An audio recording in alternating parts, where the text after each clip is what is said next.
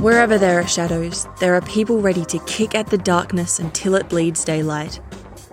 This is Bleeding Daylight with your host, Rodney Olsen. Thank you for dropping in on Bleeding Daylight once again. I'm always interested in your thoughts and comments, so please connect with Bleeding Daylight on Facebook, Instagram and Twitter. Also, I'd really appreciate it if you could leave a rating and review wherever you listen to podcasts. Today's guest is a remarkable woman who has turned a traumatic upbringing into a life that brings love and hope to so many. I can't wait to introduce you.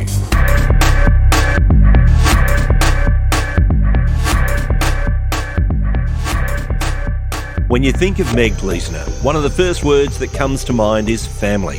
Her home is one marked by openness, safety and love, and I suspect that her definition of family spreads far wider than blood relatives.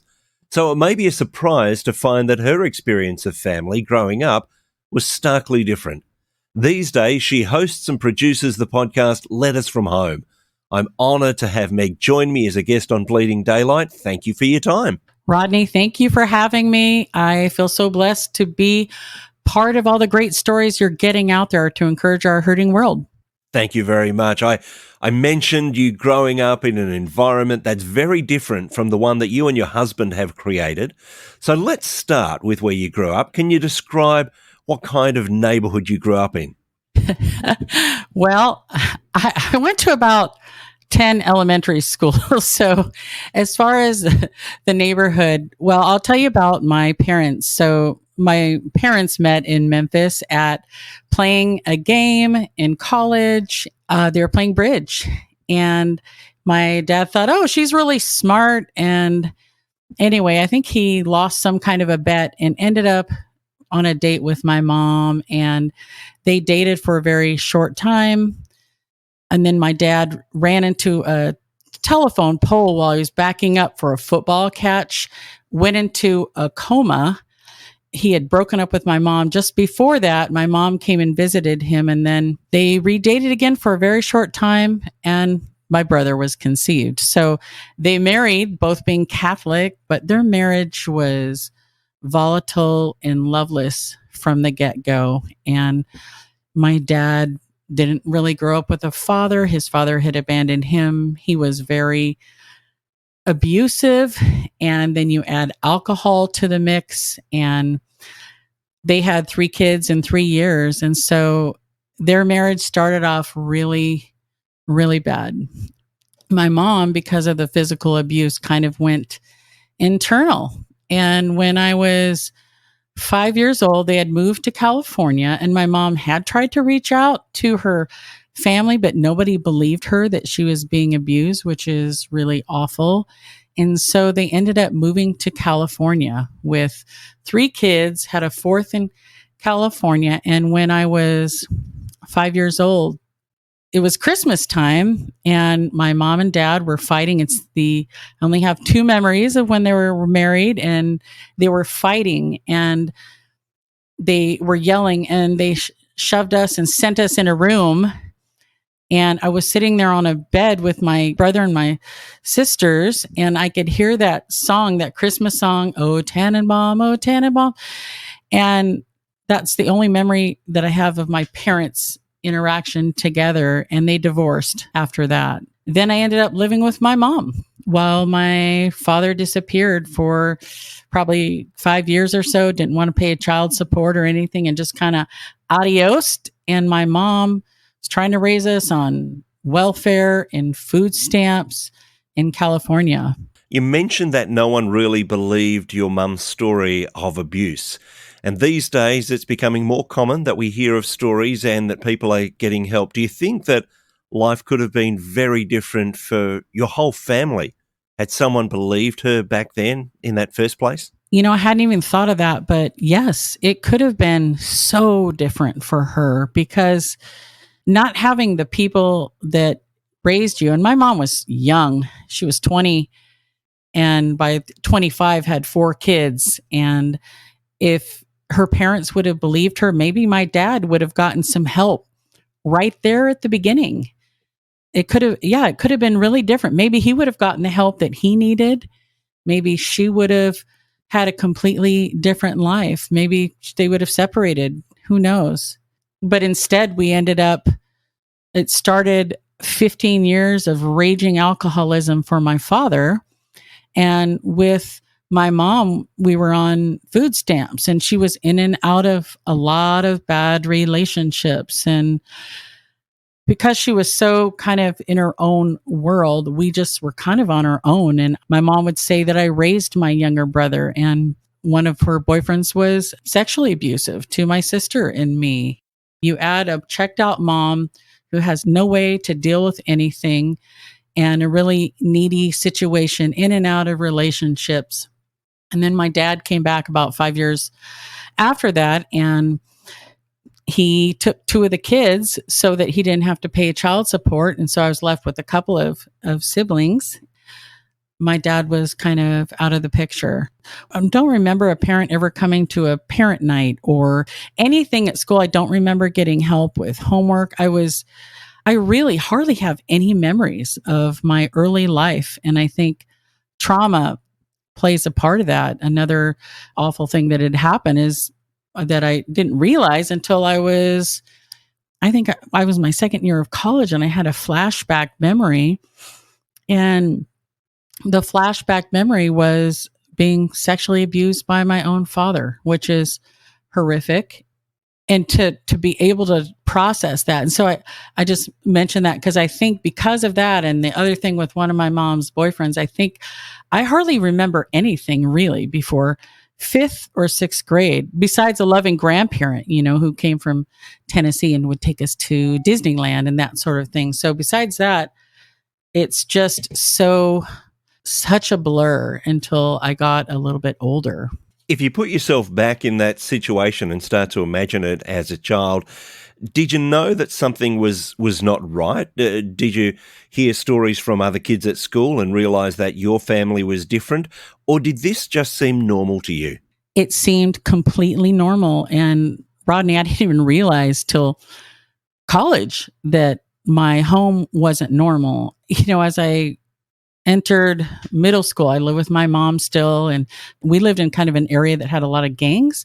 And she was spending, 4 or 5 nights away at her boyfriend's house, and I would watch the kids. You talk about darkness knocking on the door.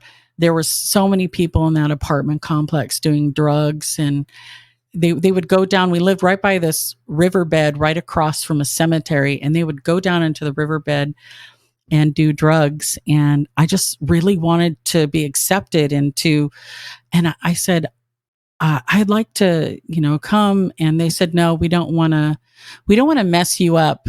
You're nice. And so there's little steps along the way where I do feel that there was some kind of presence, if you will, protecting me along the way. I could have brought guys into the house. I could have done anything. I mean, I'm alone as a teenager in a house.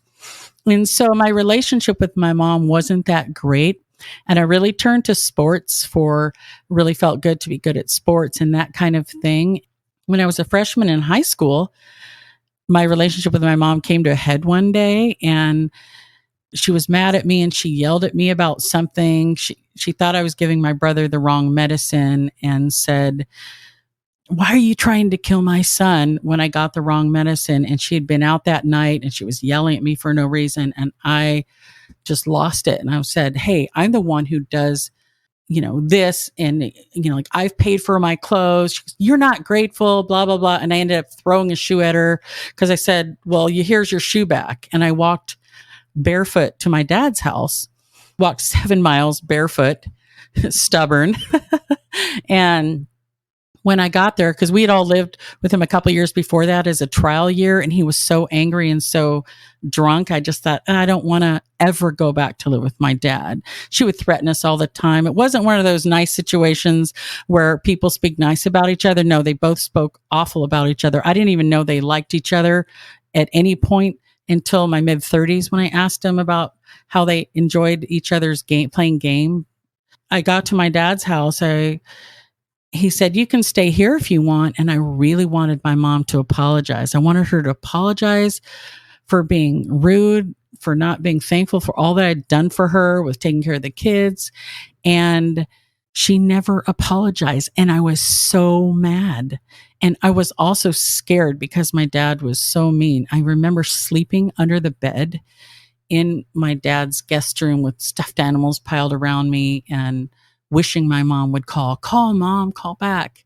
She never called. She called 5 days later, and I had already made that decision. I will never let myself be in that situation again. I won't be vulnerable to my mom.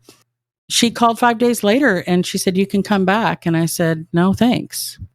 You mentioned that you threw yourself into sport as a way of coping because you really didn't have much of a choice between living with your mum or living with your dad. Either choice is not good. So you tried to focus elsewhere, and that was with sport. What sort of sport did you play? How did you go with that? I played volleyball and basketball and softball. And that was one thing my dad was good at was volleyball, and he would take us to the beach on the weekends. So though, alcoholism colors things, it wasn't all bad. We did have some good family times where we'd go play volleyball on the beach. I was really good at that. And so that is one thing that helped immensely in high school, being known for being good at sports. And it took a few years for the whole friends thing to come along. It was devastating. I mean, it was really hard to be alone. And eventually I ended up getting friends in the sports world. Was it difficult to form close friendships? You mentioned that you'd moved around a lot. Was there something in the back of your mind that, hey, I may not be here long anyway? So was that difficult in forming those relationships? It was really difficult. I remember sitting in that lonely phase of my life, and I saw these popular girls, and a couple of them played volleyball. And, they were sitting in this one part of the school. And I remember thinking, by the time I'm a junior, I want to be in that popular group. I want to be the best on the team. I hope to please my parents. I remember having these unspoken goals in my mind. And by the time I got to junior year, I had all of those things. I was standing there with those popular girls, feeling completely like I was not part of the group, imposter syndrome. And plus, they all felt closer, and I didn't feel like they liked me. So I was completely alone. I was MVP in sports. I was doing well, but there was this emptiness inside. There was an emptiness and a longing inside. I did meet a girl in one of my classes, and she was so nice to me. And anyway, we went to a dance together. And then after, a bunch of us went over to my friend's house to spend the night. And while we were hanging out, this guy opened his Bible and shared some Bible verses and talked about Jesus and how he loves us. And I didn't know it at the time, but this is how I would describe it. There's a verse in the Bible, Revelation 3, verse 20, that says, "Behold," and it's God talking. "Behold, I stand at the door and knock. If anyone hears my voice and opens the door, I will come into him and eat with him, and he with me." At that moment, with all the loneliness and the brokenness and things that had come up, I knew that the Lord was knocking on the door of my heart. And this guy, Lance, at this party at my friend's house said, "Who would like to give their life to Christ?" And I remember in my heart thinking, me, I want to. And I said out loud, "I do." That night at 16 years old in my friend's bedroom with this co-ed group, I gave my life to Christ. And I know people have different experiences, but for me, when I woke up the next day, I was a new person. The Lord had come into my heart, and there was a burden lifted. There was joy. There was really I almost feeling like birds singing. It was a new day, Rodney. I suppose the experience that you'd have of anything to do with religion or faith in the past is this religion that your parents had grown up in, which is the thing that caused them to have to get married, and it was a bunch of rules. So how did this change in your mind? You're talking about this idea of Jesus saying, "Hey, look, I'll come in and eat with you." And that's a very intimate thing to do. That's a very relationship-based thing. It must have seemed very different to any of the religion that you'd seen before that. after my parents got divorced, we lived in Tennessee with my grandparents for a year and went to Catholic church every week and went out to brunch afterward. And that was really the only church exposure I had. I think my dad took his experience with the Catholic Church, and he felt like when he was in college, nobody had any answers, and then he just thought it was a bunch of BS. My mom, I think, felt abandoned, and I never went to church once growing up, so I really didn't have a frame of reference. But when I heard the Bible being read, there was something that sparked in my heart, and yeah, a little piece of me thought, this is too good to be true. I can receive Christ, and He's my Lord, and I can go with Him to heaven, and He'll forgive me for all my sins and cleanse me. It really seemed almost too good to be true. And it is not. It is not. It's the truth. I'm 53 now, and I've seen that to be true. Once I gave my life to the Lord, I thought I should probably tell my dad. There was a really dramatic situation that happened. So his alcoholism came to a head my sophomore year. He was dating my stepmother, and she would visit, and she gave him an ultimatum and said, you need to quit drinking or I'm going to leave you. And my dad was just devastated, and he locked himself in a room, and he had a harpoon. And who keeps a harpoon? He had a harpoon in his room, and he was threatening to take his own life. And my stepmom, who was very intense and rules oriented, she piled the kids in the car because she had 2 little girls, and my brother and sister and I, we just hopped in the car, and my dad said, okay, I'll go in. So my dad went into a clinic, and he was sober from that point on, and he's sober to this day, which I'm grateful for. But yeah, their marriage was not the healthiest or the best. We had 10-foot pot plants in the backyard, hello, 60s leftover. And I remember smoking a bong with them in the living room, and just, they said, well, here, you drink so that, you can do it at home safely. I think they were trying to be good parents, but there was a lot of screwball stuff. But the thing that affected me more than all that was the anger and the yelling. And probably because of the trauma I went through younger, I'm just very sensitive still to this day. When I got saved, when the Lord came into my life, I thought, I should tell my dad that I'm a Christian now. So I came to him and said, hey, Dad. He was in a good mood. I said, I wanted to ask you about God. And he's like, what? And I think it's the first time we'd ever talked about God. And he was all of a sudden, his angry, Mr. Potato Head's angry eyes, came on. So I just said, I want to know about God. And he's like, I'm the one who puts the food on the table. I pay the rent. God, there's no place for God in my house. And I was too intimidated by him to tell him at that point that I was a Christian. I ended up getting a full scholarship for volleyball at a Christian college. And it was maybe half an hour away. I went in and tested. I did one test. They're like, they're like full ride, offered me a full ride for college. And I told my dad about it. I was like, Dad, I've got this full ride. And well, what college? And it's a Azusa Pacific. He goes, no, you can't go. It's a religious school. So I was only 17 when I started college, and so I didn't go. I didn't take the full ride, and I ended up putting myself through school without any financial help from my parents. I had never really been to church at that point still, and I didn't have a reference for that, but I knew the Lord was in my heart, and I'd open my Bible and read it. And at home, I would just hide my Bible. I would read in my room with the door closed and be afraid if my dad walked by, is he going to say something? Is going to do something? Because my Christian friends from that group that I went to, it was a campus life group, had gone to a different college. I thought I better find some Christian friends. I better set myself up and meet some people. And so I signed up. I went to Cal State Fullerton in California, and I signed up for every Christian club.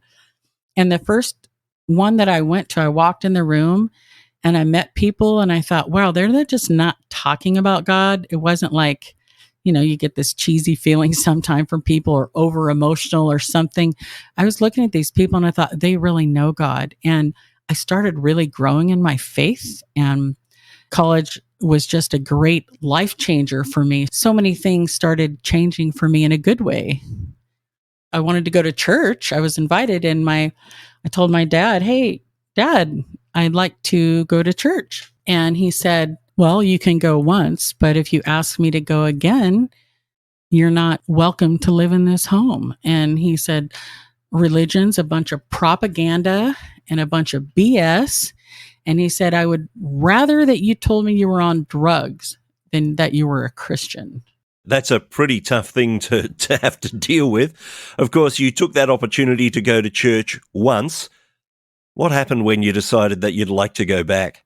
I went to church and it was so cool.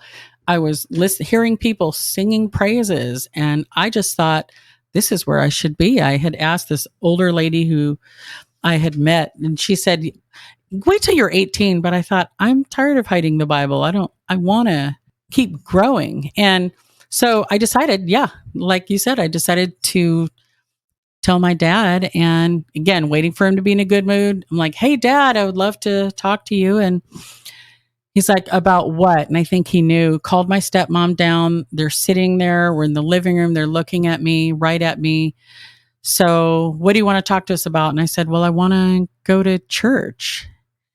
And they said, "Well, you know what that means, don't you?" And I said, "Yes." Of course, it's really hard to say this. I'm sitting next to two adults. I'm still a teenager. And my dad said, "That's not good enough, Meg. We want a date." And I said, it was a Monday. And I said, "All right, Wednesday." And they both would not let me say goodbye to my younger sister. I had a sister 2 years younger, and my stepsisters were about 6 years younger.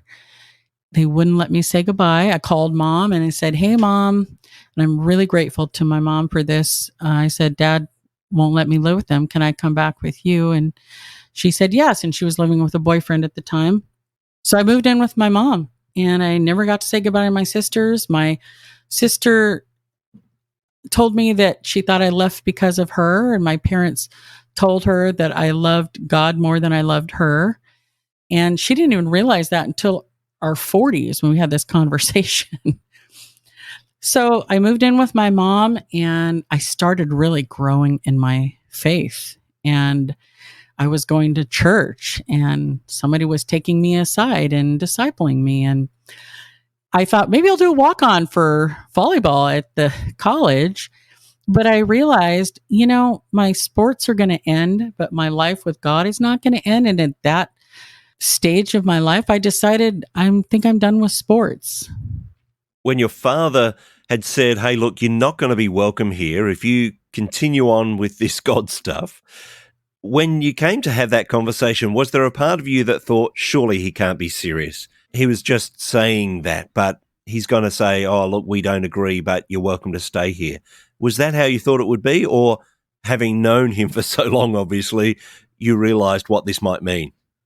That's a great question. There was a little bit of both. I suppose I was hoping that they would say that's fine. I mean, there really wasn't hardly any transition time before they said, "That's not good enough. We want a date." And that is another good thing my dad taught me, is he's a man of his word, and keeping your word's important. But no, I knew he was serious and he meant business. You're living with your mum back again, and you're starting to head off to college. You're starting to meet people. You're starting to grow in your faith. What comes next? What's the next step in your story? The next step in my story is my dad. I would just kind of, I guess, spend time with him over time. He didn't want me to contact him, but I would still send him, a Father's Day card or different things like that. It had been a few years where there was just no contact besides written on my part or a phone call. He softened up a little bit over time, and he said, "Okay, I guess we can get together for lunch." So I planned a lunch with my dad, and I was I came over to the house where I'd gotten kicked out of, and my stepsisters were there. My dad was late, which was really unusual.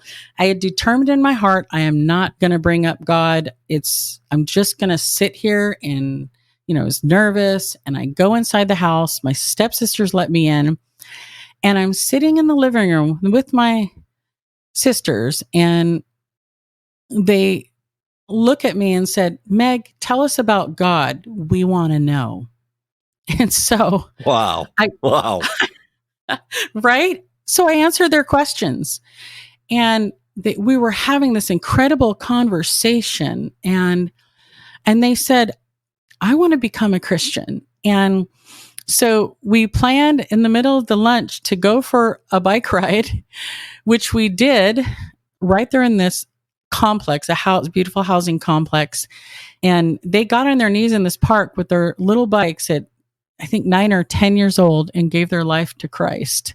That's one way one thing that happened. And I met my husband through that Bible study that I was going to. We started dating toward the end of my college years. And as I was growing in my faith, I would bring my brother. My brother had been kicked out for not looking for a job, and he was struggling. He was living with a guy who was wasted on drugs. He started coming to church, and my brother turned his life around. My mom, who had been for many broken relationships and so much hard time, and she had even been in a mental institution a couple of times because she couldn't handle life. It was so hard for her. She started coming to church with me, and she gave her life to Christ at a good old-fashioned tent meeting. And all through college, I was involved with this beautiful ministry, if you will, and got to spend a lot of time with many college young women. Many gave their life to Christ, and so many learned what it means to be a Christian. So I got to see God use my life and that choice all through college to affect so many people. And then right after that, my husband and I, we got married. We got married right after college, the summer after I graduated from college. It's an amazing story. I'm just wondering if I can take you back to that time when those young sisters asked to know about God, and they said, we want to know this Jesus. How did you feel at that point, knowing that if they went ahead with this step, it would make a huge difference in their life, but it may also bring rejection from your dad? I hadn't really thought at that moment about whether they would be rejected from my dad. I probably should have, but I know after that time, I planned a time there were twin girls. I came a couple months later and brought them Bibles to the house. So I met them, and they had Bibles that they would read on their own. And I don't think their mom ever talked to them about it, but one of my sisters told me that when her mom was going through her room, she found it and just threw it away. So maybe she was a little softer than my dad was about it. Let's fast forward. What does life look like for you now? What does your family look like now? Well, my husband, Mike, and I, within a year of marriage, we're both two very purposeful people, and we got sent up from California to Seattle area to plant a church. And so that's how we got up here in the Pacific Northwest. We have, as of last week, heard that we have grandkid number 5 coming along the way. We have 8 children, and a couple of them are married, and we have 2 teenagers left at home. We have a senior and a freshman, and we're about to start a virtual homeschool. On a personal level, I'm a youth leader at church. I love working with youth, and we've had so many families live with us over the years. We've opened up our home to invite people in. One of the people that we've had come into our house more recently is actually my dad. And my dad would still say he's a pretty outspoken atheist, and he has said to me his words, Meg, I really hate Christians, but there's nothing I hate more than born-again evangelical Christians. And yet I would say to this day, my dad now He loves my husband more than anyone else besides his son. Dad has since regretted skipping our wedding because it was a Christian wedding, and he loves us dearly. And when he ran on hard times a couple of years ago, his marriage to my stepmom was just over, and then they lost everything. They had so much, and they had kind of lost it all. And it's sad. You don't want that to happen to anyone. But without hesitation, my husband, Mike, and I said, Dad, you can come live with us. And so he moved up here, and he lived with us for a year. And I just can't help seeing how God has a sense of humor, and he also has a plan. And my dad, who was this hardened, angry guy, within 24 hours really of living with us, just seeing the and we're not perfect. We're not perfect. We got our struggles. Life's not perfect. You can bet with 8 kids, there's all kinds of ups and downs and so much happening. But seeing the love in our home, but I do know that we have a tone of love in our marriage, and with all the kids, that is the rule of our home. And so just seeing that and being here, I saw his angry stance with his chest stuck out. It just melted away.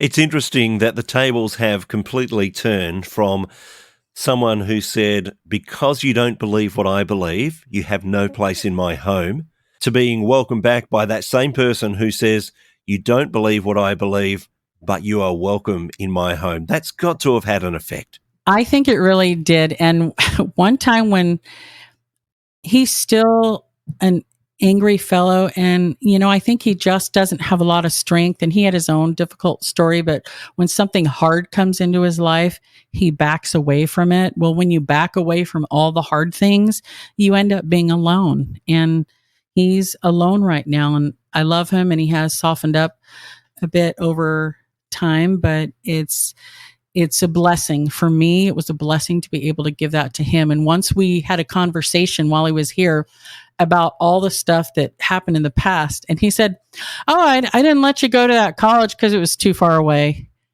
And I said, Dad, your response to that and kicking me out of the house, he said some other reason for it. I said, that changed my entire life.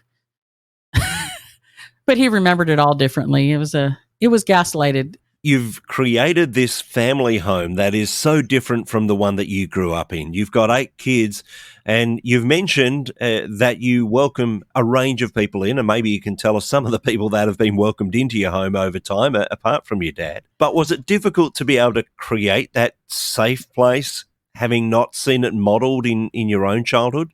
It's a great question. What I haven't mentioned yet is probably the number. Oof, sorry, I'm getting emotional. Probably the greatest blessing in my life, Rodney, is my dear husband. And when you learn growing up that the people who should love you and you should be able to trust the most for whatever reason, and your home is a place of harm, and it's a place of brokenness and pain and not safe, and you don't know who you are, and you marry somebody who is loving and kind and patient and consistent. And I know everyone's got their own trials, but my marriage isn't one for me. We just celebrated 31 years of marriage, and I am so grateful for my husband. I learned something different about love. If I did something wrong, he wasn't upset with me. We would talk about it later. And so having that is a foundation of the home, having my husband be so loving and kind. And of course, when you're a parent, you're like, oh, I'm not going to be like my mom or dad. And then you end up noticing I've got the negative tendencies of both of them. So yeah, you have to fight against frustration and yelling and checking out and all the things that come with human nature and with being a parent. But over time, as you choose to bring those things to God again and again, there's new habits form. There's a new environment form. There's a new things formed. And my husband and I have been very purposeful over time to set a direction for our home and to have values that we're working on with the kids, reading Like we read 7 Habits of Highly Effective People with the kids. What do you want your worldview to be? Well, how do you look at things? Spending time with them, listening, so many things in our home. And so you asked about people who've lived with us. My sister lived with us. She was on the East Coast, bad relationship after bad relationship. And we said, my mom and all the siblings ended up talking together and said, hey, Kimmy, why don't you come live with us? I drove out there. We collected money. We packed all her stuff and we drove her to our home. My brother lived with us for a summer. He graduated from college. He came up to stay with us, and I knew he had graduated from college. So I threw a party for him, right? Just a normal thing you would do for someone graduating from college. And he said, Meg, and this is just about God and not about me, but he said, Meg, I've had more love in your home for 3 days than I've had my whole life. Can I live with you? And we said, absolutely. He lived with us for a year. We had probably 10 different college students live with us over time, males, and we teach them how to be young men until we got preteen girls. And then we decided, okay, we're done having young men. We've had families, a couple of families live with us over time. Once we even had a homeless person live with us. Oh, and we had a couple of Muslim fellows live with us too. Just kind of invited them in, Rodney. And I think that's one of the big problems in our world today is so many people, maybe they're overcome with their own weaknesses or flaws or just trying to struggle with life themselves or depression, but we don't open up our homes. We don't open up our friendship group. We keep the same little cliquey group, and there's so many hurting people around. I am sure it's not lost on you that your family life now and your home now is so different to what you grew up in. And by the sounds of it, you're offering that kind of love, that experience of what family could be to so many people. I'm interested, with 8 children, I'm sure that they're not all doing exactly what you would like them to do. How do you deal differently to what your dad did? How different is it the way that you treat your children when they don't agree with everything that you believe as it was to your dad? Well, you're a parent, Rodney, and you know it's a learning experience, right? It's a learning experience through every stage of parenting and dealing with, kids, teens that have different opinions. That's a different dynamic. And I will fast forward to having kids that are in college and post-college. For me, has probably been the hardest part because some of them they're choosing life and they're figuring out who do they want to be. And you quickly see that if you are still trying to parent them when they're trying to live their own life, right, then they don't want you in your life. Or you have a friend who starts being bossy with their grandkid, and you see their kids restrict them from having any time with their grandkids. And you're like, I'm not going to do that. So I think what I have learned is to be a listener. Each of my 8 kids are different. They all have a different path. Some of them are embracing their faith wholeheartedly. Some of them are at different stages. And, it's true. You love them each the same amount. You can't love one more, or I don't love one more or less. And I'm learning, and I'm still learning how to come alongside them in their life to support them. And once you get that down, then you quit being so worried about all the choices they're making. So yes, I've had to learn how to deal with differences in a different way, and I'm still learning that. On top of all these things that you do, and we're all wondering now how you find time for what you're doing, but you're also, as I mentioned, you're producing and hosting your own podcast. Maybe you can give us a little bit of an insight into how that started and what it's about. My podcast is called Letters from Home. One thing that encourages me so much, Rodney, is when I hear stories like stories on Bleeding Daylight. I love the stories. I just listened to Shay's story today.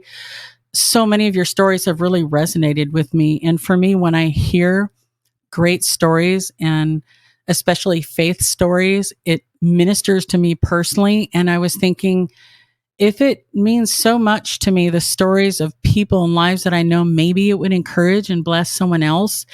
I didn't really even hardly know what a podcast was. And I Googled how to start a podcast.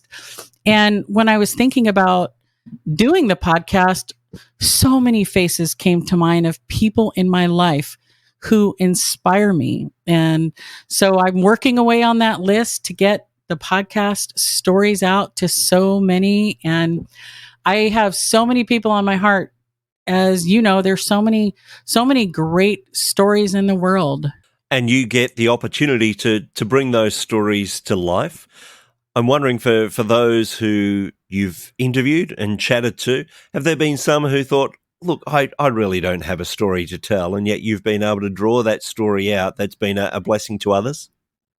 For sure. I interviewed 11-year-old twins, and one of the girls, she started a cupcake business because she was downtown with her parents and saw a homeless man and he was hungry, and they're just kids, right? They're eating cupcakes, and Mom, can we buy a cupcake for him? And the mom went with it. Sure.